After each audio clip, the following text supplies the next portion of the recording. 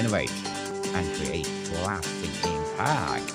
And today I have my special guest. He's the CEO of Magna Leadership Solutions, none other than Dr. Kevin Gazzara.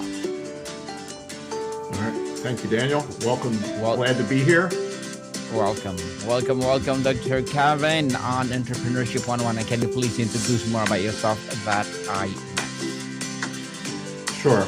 I spent 30 years in my corporate world and then also spent the last 20 years as an entrepreneur. I had a personal goal that I wanted to leave the corporate world when I was 50 and go help other organizations. So I was very fortunate. I spent my last 18 years at Intel, and I had lots of different positions as a product manager, as a general manager. But the last 10 years, I managed Intel University and Intel's management leadership development for the world, where we used to train 2,500 managers and leaders in 10 different countries. And when I retired from Intel in 2007, we had just finished training our 40,000th manager. So I got very good at that. And that was my passion. But what I recognized is I wanted to go and do this for other companies that didn't have $10 million budgets and really help them develop their leaders. And that's what we've been doing at Magna Leadership for the last be 19 years in June. So every year has been better than the last. And if I can help people, it's fulfilling for me. Congratulations, Dr. Kevin, for helping other people. That is priceless indeed. And thank you so much for sharing your knowledge and wisdom as well. And today, let's talk about building yourself as a brand. Interesting topic. You've spent decades studying how people work best, including developing an assessment used by over 10,000 professionals to identify their ideal work rhythm. Before someone can build an authentic personal brand, they need to understand their own operating system. How does knowing your flow zone fundamentally change how you show up in this world?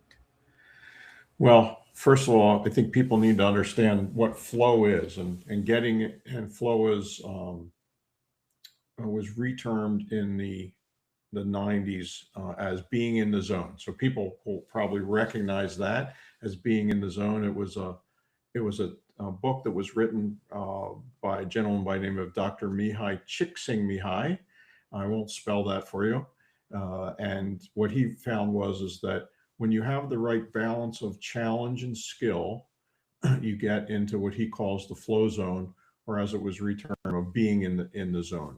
And if you can do that, what we know is that when your challenge and your skill levels are appropriately aligned, what we know is that that is where creativity explodes. It's where you can tell whether you're in the zone or not, where everything else quiets down and you're essentially in the moment. I have found it shows up most of the time where I look up at the clock and it's midnight and I swear it's still 9 o'clock and I've lost those 3 hours sometime somehow.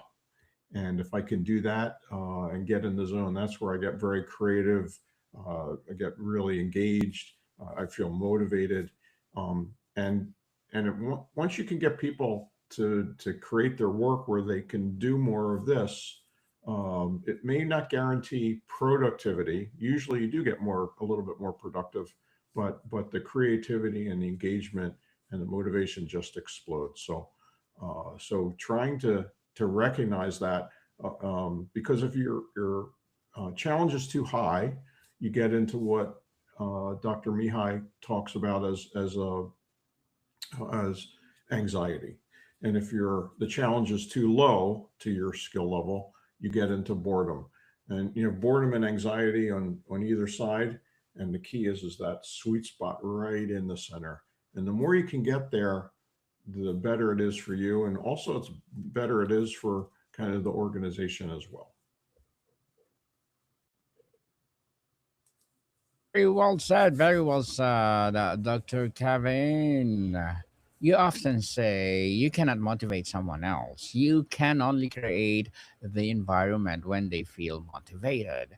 If we apply the personal branding, is a personal brand something you build outward or something you create the conditions for emerge naturally? And what's the difference? Great question, Daniel.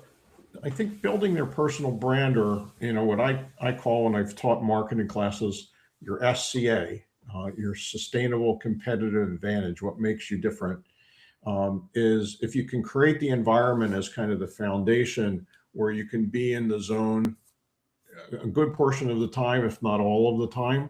What happens is that's where your creativity and your ideas, and you can really truly find your passion of what you like to do and what you don't like to do. And I think building your personal brand, or kind of your shtick of, is that you need to look at all of the things that you're interested in and what you bring to the table.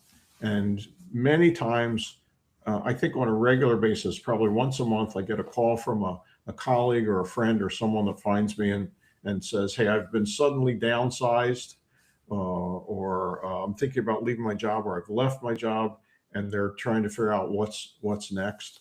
And they said, "Hey, I'm going to have some interviews for this other job." And what they would say to me is, or I would say to them is, "So tell me what you're going to tell the other person of why they should hire you. Kind of what's unique about you." And they'll say, I have this years of experience and these degrees and this certifications, and I've done this, bing, bing, bing, bing, bing. And at the end of, I just let them talk. And at the end of the conversation, I ask them one very critical question. Okay, what will the people that I'm going to interview next tell me that's any different than than you just told me? And that usually stops everybody in their tracks. They haven't really defined their personal brand or what's unique and differentiated. They have lots of stuff that everybody else has, but they haven't really identified the one or more attributes that makes them unique. And once you can kind of determine that, then you have a better probability of getting hired. And you really need to think about that, so you don't you're there's if you look at job openings, job openings are decreasing. The job availability market for people, number of people is increasing. So when you have the one going up and the other going down, you need to really figure out what's unique about you. And so I'll give you an example. So when people come to me and they say, "Hey, why should I hire you?" I have a few unique attributes, right? One, I have an engineering background, so I've done the techie nerd stuff.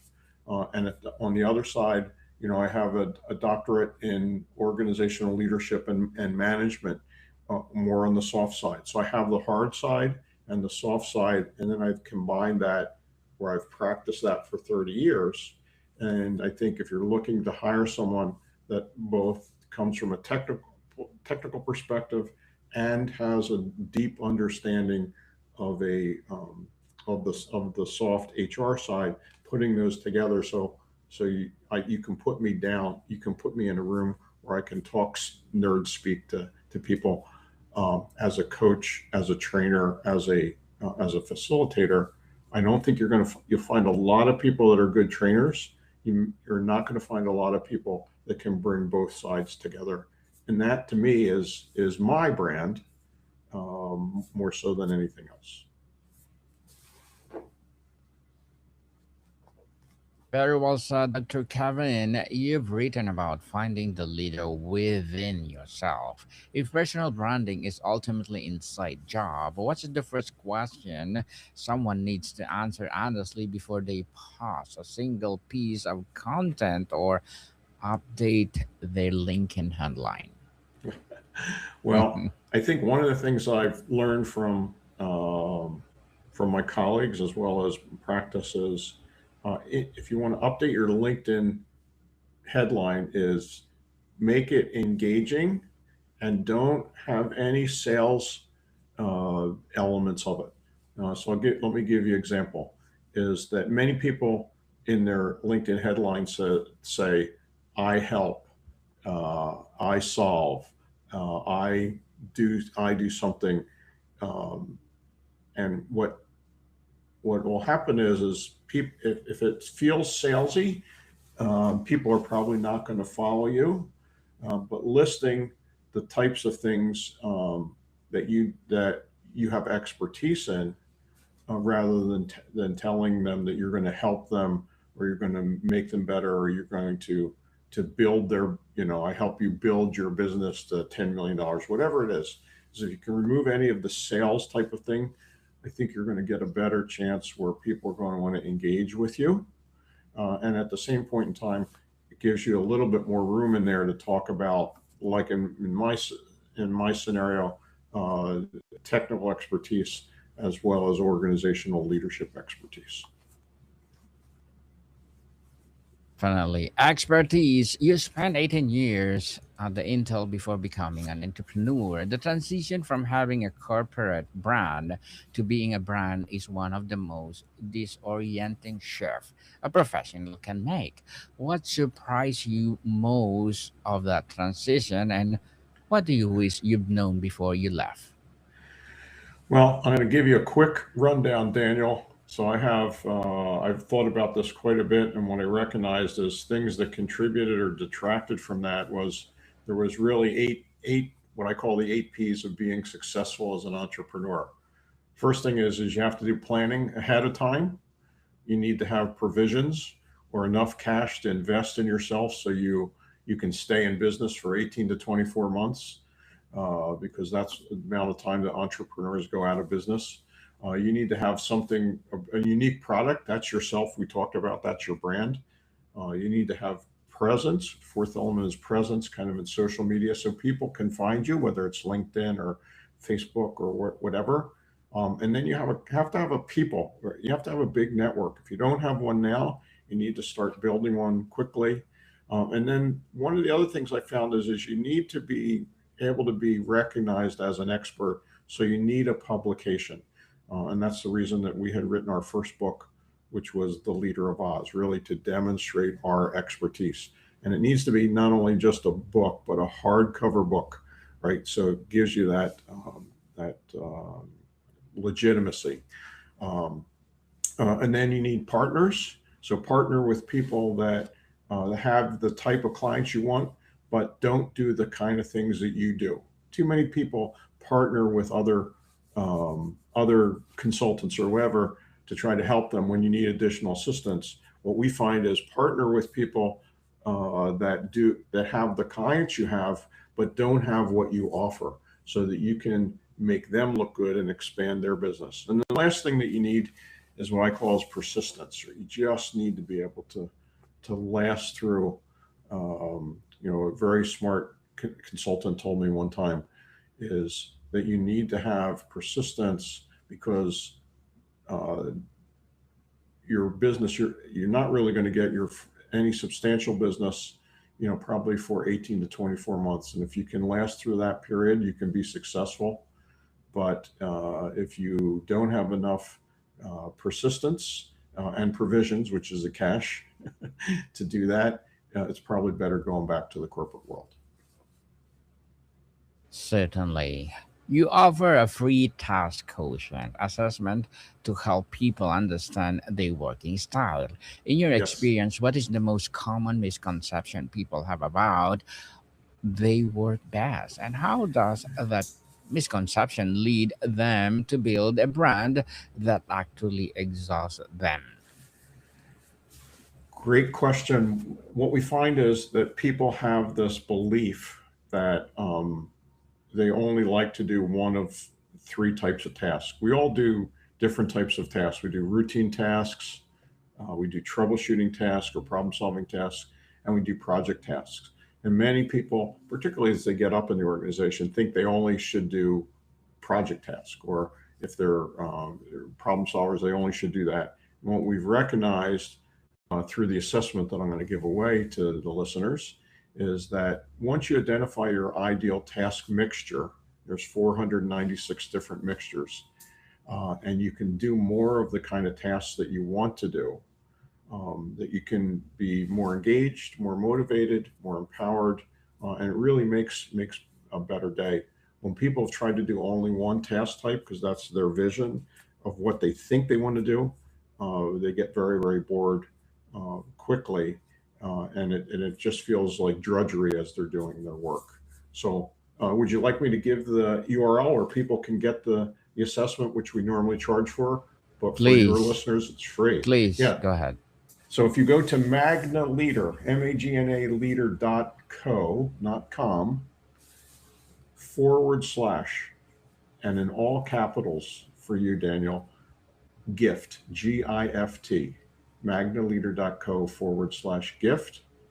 Uh, Anyone that does that will be able to take the task quotient assessment to identify, the types of the balance of tasks that you should be doing if you want to stay truly motivated, engaged, and increase that probability of getting into flow. Thank you for sharing that, Dr. Kevin. You've spoken about the importance of accountability, planning, and focusing on what actually matters, the 80/20 rule. When Yeah. it comes to personal branding, what the 20% of effort that produces 80% of the results? What are the most people wasting time on? Well, as a consultant or a coach or whatever, one of the things that coaches and consultants love to do is to develop their product, getting more education, developing more programs or whatever. And what we found early on when we first left the corporate world was that was exciting, but it doesn't create the business necessary. So from the 80/20 rule, we tell people, or what we learned was, 80% of the time needs to be business development. You need to be having conversations on a regular basis with potential clients, customers, so that you can capture 10%. We had the 80/20 rule was 80% of the time on business development, 20% of the time on developing your content. And then we also had the 90/10 rule. And the 90/10 rule was that you always have to have 10 good potential clients in the pipeline, with the expectation you're only going to get one out of the 10 or 10%. And if you have 10 good clients in the pipeline, generally you're going to be able to land 10%. And that's the way we based our business. The good fortune is we've landed more than 10% of the clients, but most of the time what people do is they find a good client, or they get a client and they just continue to focus there and they don't expand. And then magically the client's management changes or the market changes or whatever happens, and all of their business goes from being terrific to zero, and then they're struggling again. That's why you always want to have 10 good potentials in your pipeline. And if you can do that, you'll be successful. It's just that simple. Simple as that, people. Follow it and you will be successful. You've said that critical thinking is so absent and so important these days. In an era where everyone is told to post constantly to stay relevant, how does critical thinking help someone to cut through the noise and build a brand that actually means something rather than just adding the volume? Well, I think what happens with critical thinking is, I think most people have the potential to do good critical thinking. The problem is our current world, with the constant distraction and the phones going off and new emails coming in and all the pings and everything else. It's very very distracting. So if you want to do critical thinking, first of all, study what critical thinking is, partner with someone that is a really good critical thinker, and recognize that their critical thinking usually gives you the ability to look at the bigger picture, to really be much more strategic.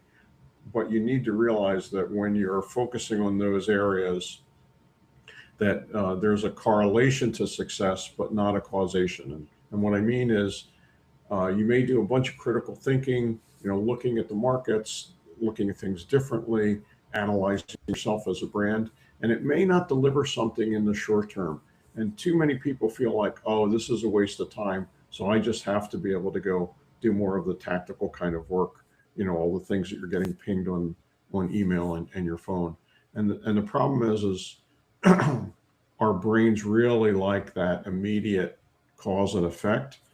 But the real value is where you're getting that correlational piece, and you've done enough critical thinking about yourself and your brand and your products that ultimately one day it'll click of like, oh, so here's how I differentiate myself. It will happen. If you don't do it on a regular basis, you're going to be just stuck in that turn the crank type of thing with all of your tactical tasks. Dr. Kevin, before we wrap up our discussion for today, I'm inviting you to please do listen to my other podcast, people, because my Abstract Essay is already in sixth season, Abstract Poetry in third season, and my Book 101 Review in sixth season too, Comedy 101 fourth season, and my Food 101 in sixth season as well, Geography 101, Love Letters, Movie 101 Review, Music 101 our fifth season, Science 101, Sex 101 for fourth season, and my baby podcast, Trivia 101, Motivation 101, Spiritual Awakening 101, Entrepreneurship 101, Law 101, Mental Health 101, and Coaching 101, Bible versus 101 as well. So please listen to them wherever you listen your podcast. So, Dr. Kevin, finally, you've said your presentation philosophy is it's always the Good Samaritan's business, adopted from your father, Dominic, focusing on giving audiences what they need to inspire immediate change. How does the philosophy from not just how to speak, but how you built your own brand over a plus 30-year career? What would change if more people built their brands from place of a genuine service rather than a self-promotion? Boy, that's a wonderful connection with my father's philosophy of it's always the Good Samaritan's business, which is very, very aligned with kind of the servant leadership model. And I think the challenge that most people have, Daniel, is that constantly giving uh, takes a long time to build up success rather than the short term. And if you have the faith, you've trust the process, ultimately it will come back to you, and it will come back to you in very, very large ways. So I'd encourage people, do the right thing, be of service to others, and the returns will happen, maybe not immediately, but they will happen, as I've seen with so many successful entrepreneurs. Yeah, sooner or later, what you saw is what you read. People, Dr. Kevin Gazzara, can you please invite our listeners to support your advocacy, your business, or whatever projects that you're doing right now? Dr. All right. Kevin? Yep, Daniel. I will do that invitation, and I encourage other people to do the same. To you're going to reap what you sow, as you've said. Yes, people. So where do people reach you, Dr. Kevin? Best way to reach me is you can send me an email, Kevin@Magna Leadership Solutions. You can go to the site, mymagnaleadership.com. And anyone that does connect with me, what I will tell you is you will get absolutely no sales pitch from me. I don't do sales pitches. If I can be helpful in the servant leadership model to kind of honor my father with it's always the Good Samaritan's business, I will be there for you. So I'd love to connect, and hopefully you'll find this podcast as well as the other podcasts that Daniel provides very useful. Yes, people, let's support Dr. Kevin Gazzara, because if we support him, for sure, more and more empowering leadership will rise. And thank you for advocating your father's legacy, Dr. Kevin. We salute you for doing that. And thank you so much for your time. Bye. Modicon people, see you soon.